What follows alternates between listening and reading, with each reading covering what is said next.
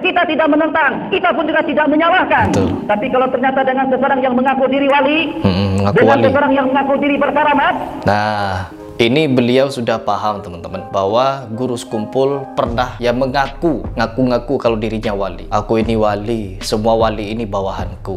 Itu ada videonya. Anda percaya dengan cerita yang diceritakan. Kenapa? Ulun bukan menolak karena hasud, bukan menolak karena dengki, bukan menolak karena kada tahu. Justru dengan kita dengan beberapa argumentasi yang kita katakan tadi. Kalau sampai itu gugur daripada kursi roda, kalau sampai dengan Rasulullah keluar daripada kubur, apakah tidak merupakan suatu penghinaan? Kalau dengan Rasul dikatakan mencium dengan lutut beliau, tidakkah sepatutnya dengan kita yang memeluk?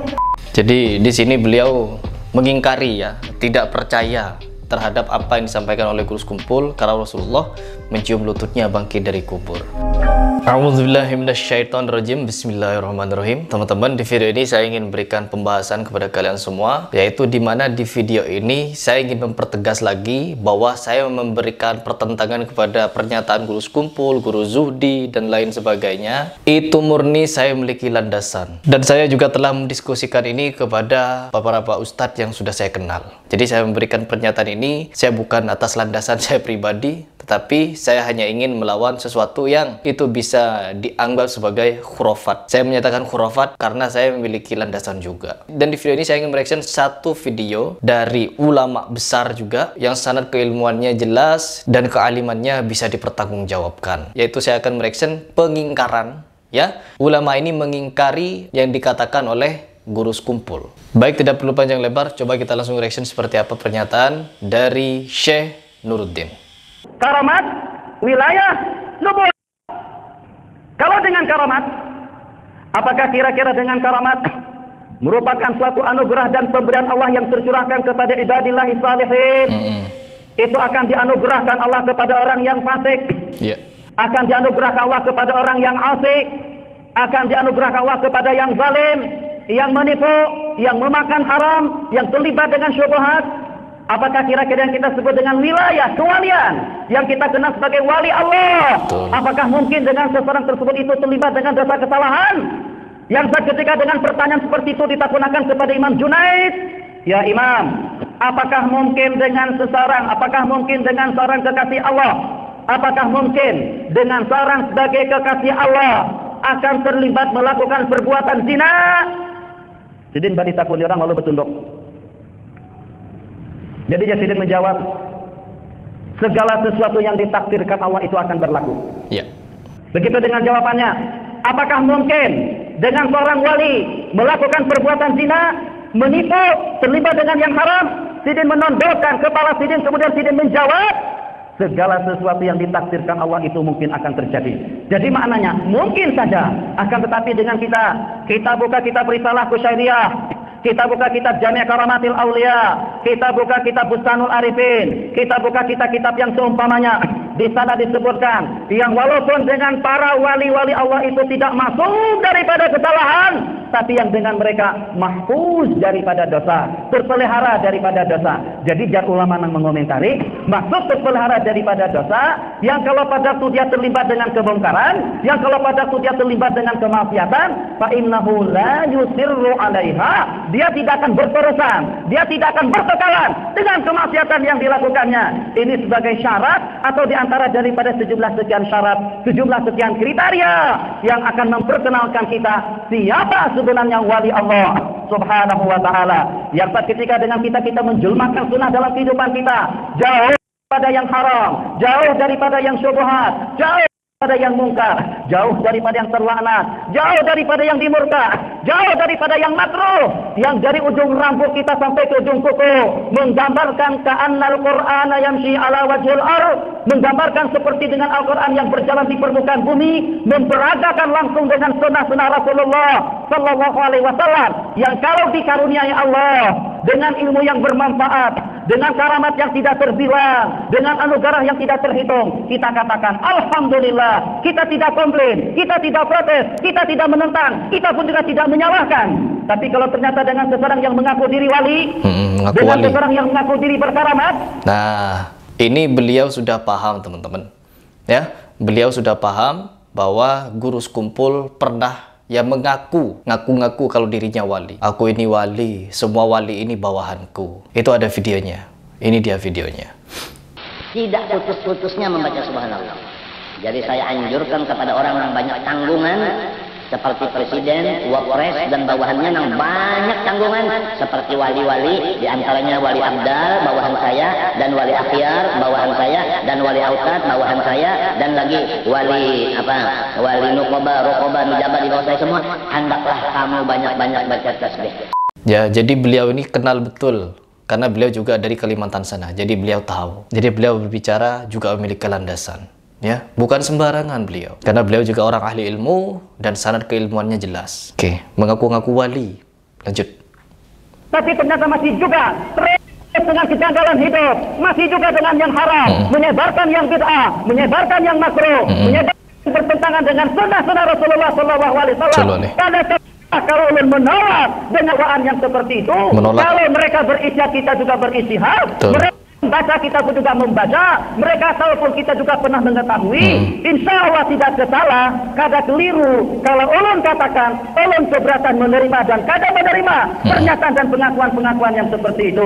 Mengaku wali, tapi yang janggal-janggal masih banyak. Mengaku berkeramat, tapi yang perkara-perkara khilaf, yang paling tidak hukumnya makruh, membawa kepada yang haram, masih ada dalam kehidupannya. Bagaimana dengan yang seperti itu dikatakan sebagai kekasih Allah? Kalau memang betul-betul Allah kasihin, tentu Allah elakkan dirinya daripada kemungkaran dan kemaksiatan dan syubhat. Kalaulah dia terlibat pun, dia tidak akan berterusan mencemarkan syiar-syiar agama Allah dengan sikap-sikap yang seperti itu.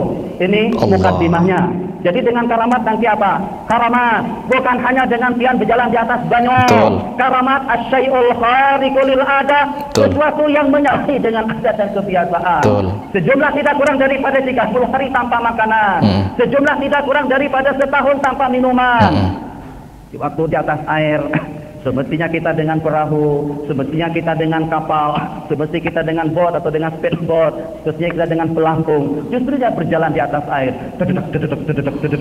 seperti dengan ala al-Habrani dan juga dengan para sahabat Nabi pada Tito, yang dengan mereka menyeberang laut tanpa menggunakan sampan dan perahu, tanpa menggunakan kapal dan pelampung, sampai ke seberang sana dengan selamat. Itu karamat. Makanan yang sedikit cukup untuk orang banyak, karamat.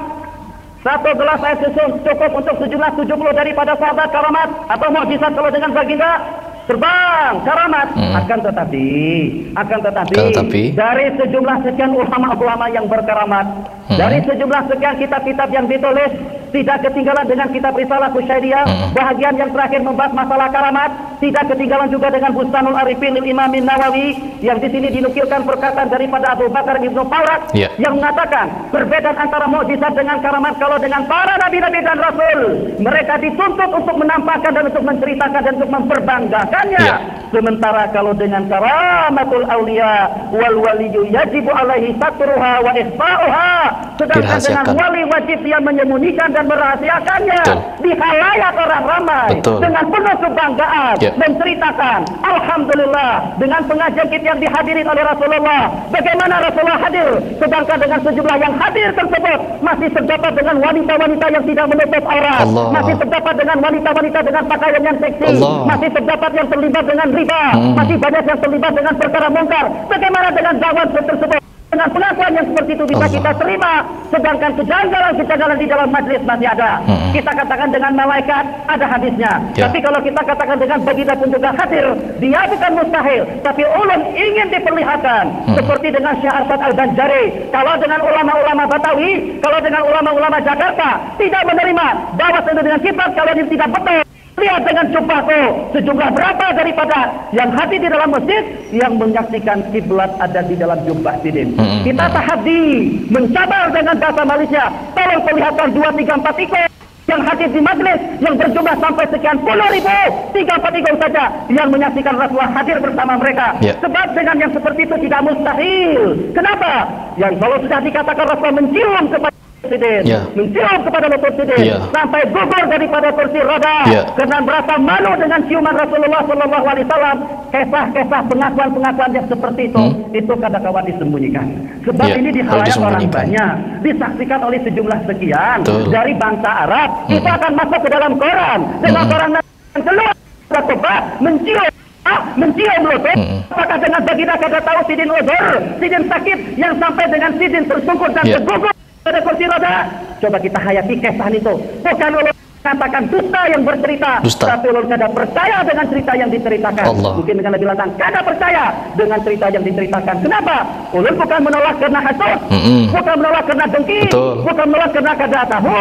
Justru dengan kita dengan beberapa argumentasi yang kita katakan tadi, kalau sampai tergugur daripada kursi roda, kalau sampai dengan Rasulullah keluar daripada kubur, apakah tidak merupakan suatu penghinaan? Kalau dengan Rasul dikatakan mencium dengan lutut beliau, tidakkah sepatutnya dengan kita yang memeluk? Tidakkah yang sepatutnya dengan kita yang mencium? Seperti dengan seseorang yang memeluk Rasulullah di dalam mimpi, yang bertemu Rasulullah di dalam mimpi, yang bertemu secara yaqadzah, sejumlah sekian daripada ulama-ulama yang pernah bertemu secara yaqadzah dengan Rasulullah sallallahu alaihi wasallam. Tapi tidak ada seorang pun yang memperkatakan Rasulullah mengangkat aku, Rasulullah mencium lututku. Ada yang dicium bibirnya oleh Nabi, sebab karena dengan salawat dan salamnya yang sekian kali, yang sehingga suatu dia bangun dengan bau wangi, dengan bau harum yang keciuman di sepanjang hidupnya. Tiap kali ia berpander, tiap kali dia dekat dengan orang lain, orang akan mencium bau wangi bekas sentuhan mulut Rasulullah sallallahu alaihi wasallam. Jadi di sini beliau mengingkari tidak percaya terhadap apa yang disampaikan oleh Guru Sekumpul karena Rasulullah mencium lututnya bangkit dari kubur. Jadi sekelas syekh. Jadi di sini saya berbicara bukan atas landasan diri saya pribadi, tetapi memang ada beberapa ulama yang tidak sepakat, termasuk dengan Buya Yahya dan Habib Rizik Syihab. Karena Habib Rizik Syihab juga pernah menyatakan hal demikian. Jadi sudah sangat jelas ya teman-teman bahwa Syekh Nuruddin juga mengingkari kejadian itu atau cerita itu. Ya, karena ini juga berbicara tentang hal akidah, jadi kita harus hati-hati. Beliau berhati-hati dan saya pun demikian. Saya tidak percaya di sini karena saya memiliki hak dan Islam adalah agama saya. Saya seorang muslim dan saya juga memiliki kewajiban untuk hati-hati di dalam hal ini, percaya atau tidak. Karena saya pun sering diberikan masukan motivasi untuk menyampaikan kebenaran, jangan takut. Ada sebagian ulama yang menyanggahnya, membantahnya. Dan setelah saya mendapatkan motivasi dari beberapa ulama, maka saya memutuskan untuk membuat video-video ini untuk menyampaikan kepada kalian semua bahwa ini khurafat dan ini tidak boleh dibenarkan, teman-teman. Ya bebas, kalau kalian ingin membenarkan ya silahkan, terutama bagi kami juga tidak ingin membenarkan dan kami juga memiliki landasan, teman-teman. Ya, bukan hanya ceplos-ceplos belaka. Oke, teman-teman, jadi mungkin itu saja di video ini. Semoga kita semua mendapatkan hidayah dari Allah Subhanahu wa taala dan selalu dalam ridhonya di dalam menyampaikan kebenaran, melawan syubhat, khurafat dan hal tahayul lainnya. Saya Ripras, apabila di video ini ada yang salah, itu murni dari kesalahan dan kehilafan saya atau kebodohan saya. Tapi apabila dia benar, itu murni dari Allah Subhanahu wa taala untuk memberikan kita hidayah bersama-sama. Salam.